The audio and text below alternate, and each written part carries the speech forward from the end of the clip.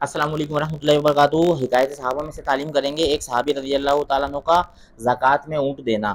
حضرت ابی بن کعب رضی اللہ تعالیٰ عنہ فرماتے ہیں کہ مجھے ایک مرتبہ حضور اکرم صلی اللہ علیہ وآلہ وسلم نے زکوٰۃ کا مال وصول کرنے کے لیے بھیجا۔ میں ایک صاحب کے پاس گیا اور ان سے ان کے مال کی تفصیل معلوم کی تو ان پر ایک اونٹ کا بچہ ایک سالہ واجب تھا۔ میں نے ان سے اس کا مطالبہ کیا۔ وہ فرمانے لگے کہ ایک سال کا بچہ نہ دودھ کے کام کا نہ سواری کے کام۔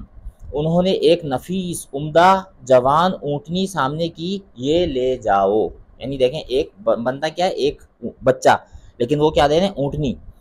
میں نے کہا کہ میں تو اس کو نہیں لے سکتا کہ مجھے عمدہ مال لینے کا حکم نہیں، البتہ اگر تم یہی دینا چاہتے ہو تو حضور صلی اللہ علیہ وسلم سفر میں ہیں اور آج پڑاؤ فلاں جگہ تمہارے قریب ہی ہے، حضور صلی اللہ علیہ وسلم کی خدمت میں جا کر پیش کر دو۔ اگر منظور فرما لیا تو مجھے انکار نہیں، ورنہ میں معذور ہوں، ورنہ میں نہیں لوں گا۔ یعنی وہ اچھا اونٹ دینا چاہ رہے ہیں، لیکن یہ ابی بن کعب رضی اللہ عنہ کیا کہہ رہے ہیں کہ میں نہیں لے سکتا۔ وہ اس اونٹنی کو لے کر میرے ساتھ ہو لیے اور حضور اکرم صلی اللہ علیہ وسلم کی خدمت میں حاضر ہو کر عرض کیا کہ یا رسول اللہ صلی اللہ علیہ وآلہ وسلم، میرے پاس آپ کے قاصد زکوٰۃ کا مال لینے آئے تھے اور خدا کی قسم مجھے آج تک یہ سعادت نصیب نہیں ہوئی کہ رسول اللہ یا ان کے قاصد نے میرے مال میں کبھی تصرف فرمایا ہو، اس لیے میں نے اپنا سارا مال سامنے کر دیا۔ انہوں نے فرمایا کہ اس میں ایک سالہ اونٹ کا بچہ زکوٰۃ کا واجب ہے، یعنی جو زکوٰۃ دینا بنتی ہے وہ ایک سالہ اونٹ کے بچے کی بنتی ہے۔ حضور صلی اللہ علیہ وسلم ایک سال کے بچے سے نہ تو دودھ کا ہی نفع ہے نہ سواری کا، اس لیے میں نے ایک عمدہ جوان اونٹنی پیش کی تھی جس کو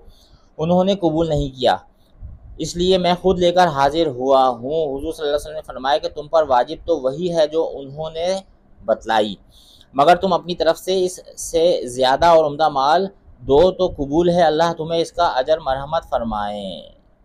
یعنی اونٹ کا بچہ بن رہا ہے لیکن وہ اونٹی نہیں دے رہے ہیں خوبصورت پیاری، زیادہ دے رہے ہیں محبت میں، ایمان بنا ہوا ہے۔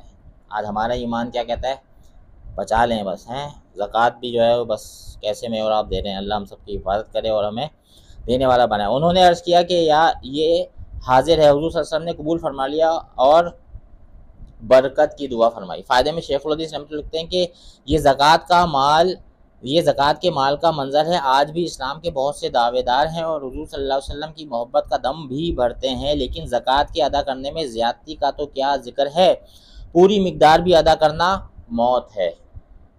جو اونچے طبقے والے زیادہ مال والے کہلاتے ہیں ان کے یہاں تو اکثر و بیشتر اس کا ذکر ہی نہیں، لیکن جو متوسط حیثیت کے لوگ ہیں اور اپنے کو دیندار بھی سمجھتے ہیں وہ بھی اس کی کوشش کرتے ہیں کہ جو خرچ اپنے عزیز رشتہ داروں میں یا کسی دوسری جگہ مجبوری سے پیش آ جائے اس میں زکوٰۃ ہی کی نیت کر لیں۔